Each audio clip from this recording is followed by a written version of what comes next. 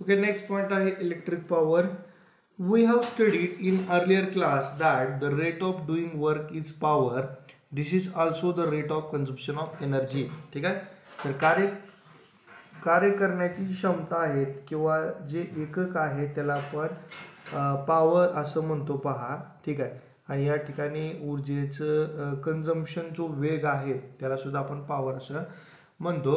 तर त्यासाठी आपल्याला 12.21 हे जे इक्वेशन आहे ते पाहायचं आहे, जे आपल्याला सांगतं की the rate at which electric energy dissipated or consumed in an electric circuit. ठीक आहे.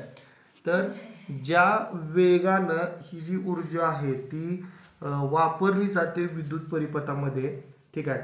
तर ते आपल्याला 12.21 या इक्वेशनमधून मिळेल. काय इक्वेशन मग? H is equal to I square into R T. H म्हणजेच हीट, आय म्हणजे current, R is resistance, T is time. ठीक आहे. This is also term as electric power. The electric power P is given by, कसं सांगणार आपण? तर P is equal to V into I. ठीक आहे. तर त्या ठिकाणी जो व्ही आहे तो आपल्याला माहिती आहे काय आहे व्ही, तर आय इंटू आर ही जर व्हॅल्यू आपण या ठिकाणी पुट केली तर नवीन इक्वेशन आपल्याला काय मिळेल? P is equal to I square into R. ठीक आहे. तर त्याच ऐवजी आपण व्ही स्क्वेअर अपॉन आर असं सुद्धा लिहू शकतो. ठीक आहे. The S I unit of electric power is watt. ठीक आहे. तर ह्याचं एस आय एकक जे आहे ते आहे watt. It is the power consumed by device that carries 1 ampere current when operated at potential difference 1 volt. ठीक आहे. म्हणजेच 1 वॅट बरोबर काय असेल पहा, 1 व्होल्ट गुणिले 1 अँपियर म्हणजेच आपण 1 वॅट अँपियर असं सुद्धा म्हणू, 1 व्होल्ट अँपियर असं सुद्धा म्हणू शकतो पाहायचं. The unit watt is very small, therefore in actual practice we use much larger unit called kilowatt. ठीक आहे.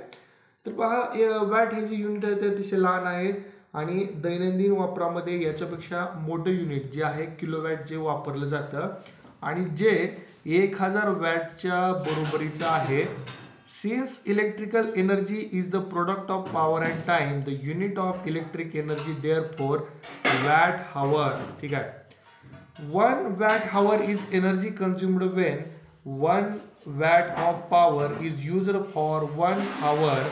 The commercial unit of electric energy is kilowatt hour. ठीक आहे. तर बघा म्हणजे 1 वॅट ही जी एनर्जी आहे ती जवळपास 1 तासासाठी जर आपण वापरली तर या ठिकाणी एक नवीन कमर्शियल युनिट आपल्याला पाहायला मिळेल जे आहे किलोवॅट हॉवर असं आहे ते. ठीक आहे. तर याचं सुद्धा आपल्याला कॅल्क्युलेशन दिलेलं आहे पहा की एका किलोवॅटमध्ये 1000 वॅट असतं, एका हॉवरमध्ये 3600 सेकंद असतात. ठीक आहे. तर याचा आपण जर गुणाकार केला तर आपल्याला 3.6 गुणिले 10⁻⁶ वॅट सेकंद असं आपल्याला पाहायला मिळेल. आणि आपण यापूर्वी जूलची व्याख्या सांगितली, वॅट पर सेकंद म्हणजे जूल आहे पहा. म्हणजेच काय होईल? 3.6 गुणिले 10⁻⁶ जूल हे आपल्याला एक नवीन एकक मिळेल पहा. ठीक आहे. तर या ठिकाणी एक फॅक्ट सांगितलं आहे. तो फॅक्ट काय बघा.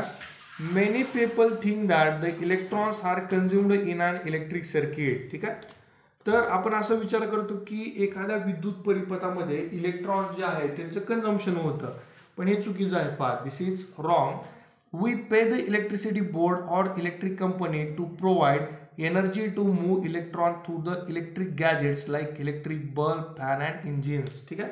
तर आपण काय करतो बघा, जे विद्युत महामंडळ आहे किंवा जे विद्युत वितरण कंपनी आहे त्यांना बिल पे करतो, पैसे देतो. कशासाठी?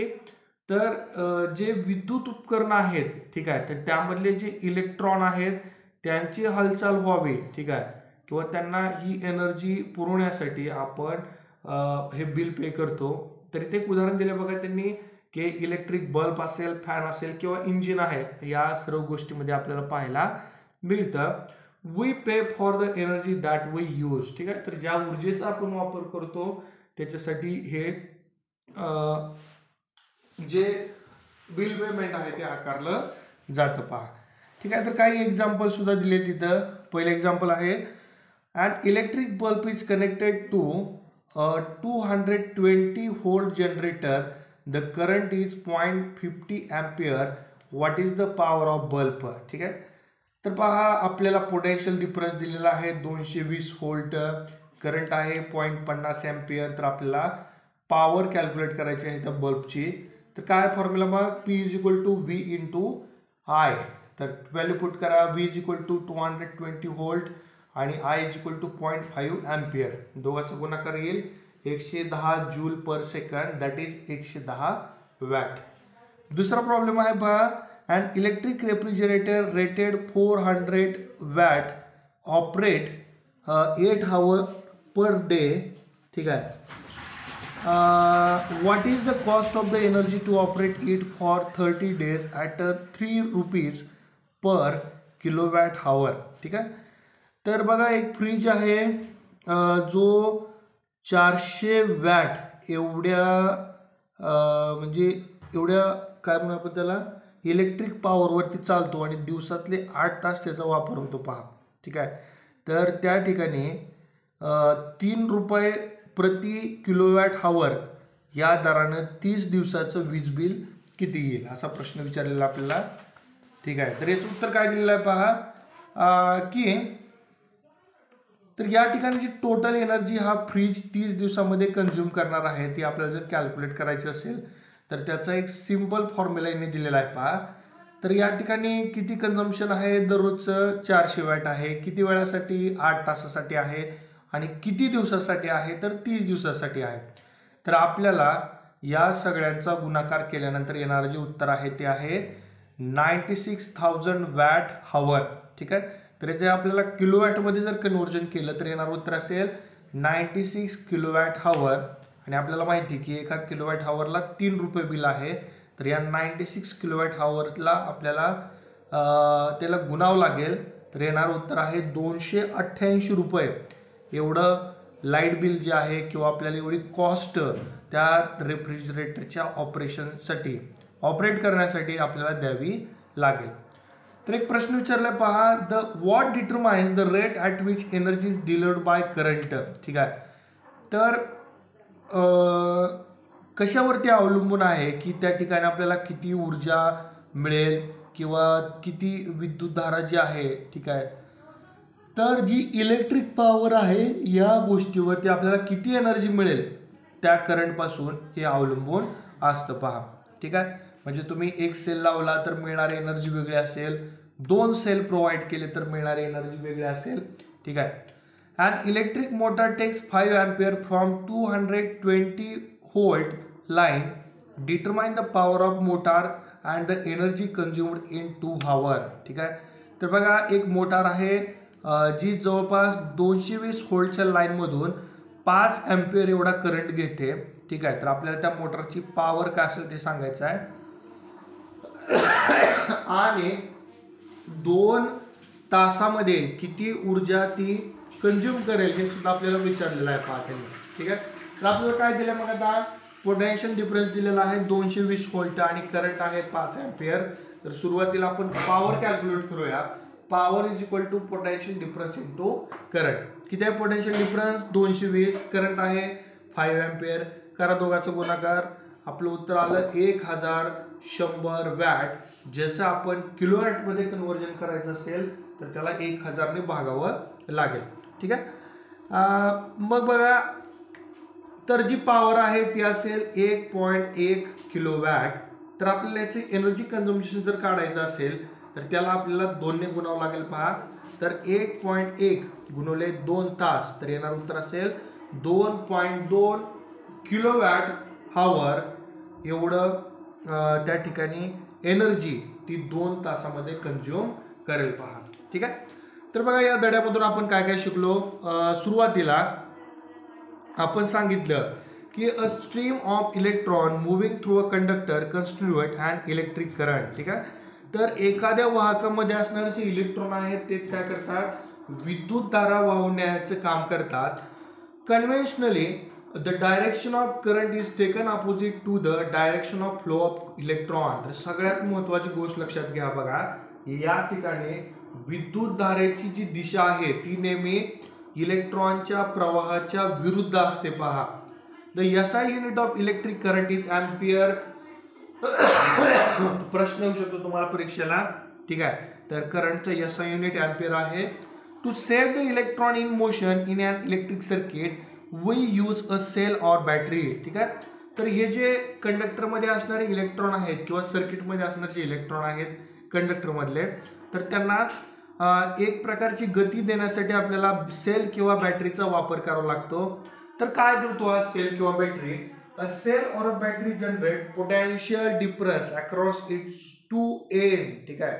आणि पोटेन्शियल डिफरन्स जो आहे तो आपण व्होल्टमध्ये मेजर करतो पहा. ठीक आहे. त्यानंतर काय सांगितलं बघा, आपल्याला ओहमचा लॉ दिलेला आहे. सॉरी, त्याआधी रेजिस्टन्स म्हणजे काय आपण समजून घेऊया. तर resistance is a property that resist a flow of electron in a conductor. It control the magnetic of the current. The SI unit of resistance is ohm. ठीक आहे. तर हे सुद्धा आपल्याला लक्षात ठेवायचं आहे की रेजिस्टन्स जे आहे त्याचं एकक ओहम आहे. त्यानंतर आहे ohm's law. The potential difference across the end of resistor is directly proportional to the current through it, provided its temperature remain the same. ठीक आहे. तर या ठिकाणी जो पोटेन्शियल डिफरन्स आहे तो प्रोपोर्शनल टू करंट असेल आणि त्याच ठिकाणी जो टेम्परेचर आहे तो मात्र कॉन्स्टंट राहणार आहे. ठीक आहे. तर आपल्याला प्रोपोर्शनॅलिटी साइन काय करायचं, आपल्याला काढायचं असेल तर एक नवीन कॉन्स्टंट इंट्रोड्यूस करावा लागेल, तो आहे रेजिस्टन्स. त्यामुळेच काय होईल, V is equal to I into R. त्यानंतर बघा, रेजिस्टर इन सिरीज आणि रेजिस्टर इन पॅरलल ह्या दोन गोष्टीबद्दल सांगितलेलं आहे पायांनी. ठीक आहे. तर त्याचा फॉर्म्युला आहे सिरीजसाठी R is equal to R1 plus R2 plus R3 आणि रेजिस्टर इन पॅरलल साठी 1/RP is equal to 1/R1 plus 1/R2 plus 1/R3. ठीक आहे. किंवा एखाद्या कंडक्टरचा जो रेजिस्टन्स आहे तो कोणत्या गोष्टीवरती अवलंबून असतो, तर त्याची लेंथ आहे किंवा inversely proportional to area of cross section आणि ज्या मटेरियल पासून तो कंडक्टर बनला या गोष्टीवरती सुद्धा अवलंबून असतो पहा. ठीक आहे. आणि शेवटी आपल्याला या ठिकाणी जी इलेक्ट्रिक एनर्जी डिसिपेट होते रेजिस्टरमधून ती जर आपल्याला कॅल्क्युलेट करायची असेल तर त्याचं काय असणार बघा, तर watt is equal to potential difference into current into time. आणि या युनिट ऑफ पॉवर आहे वॅट. ठीक आहे. तर 1 वॅट बरोबर 1 एम्पियर गुणिले 1 व्होल्ट. ठीक आहे. आणि 1 किलोवॅट हॉवरचं जे एकक आहे बा, तर त्यामध्ये जवळपास 36 लाख जूल एवढी एनर्जी असते किंवा आपण त्याचं कन्व्हर्जन 3.6 इंटू 10⁶ जूल याच्यामध्ये सुद्धा करू शकतो.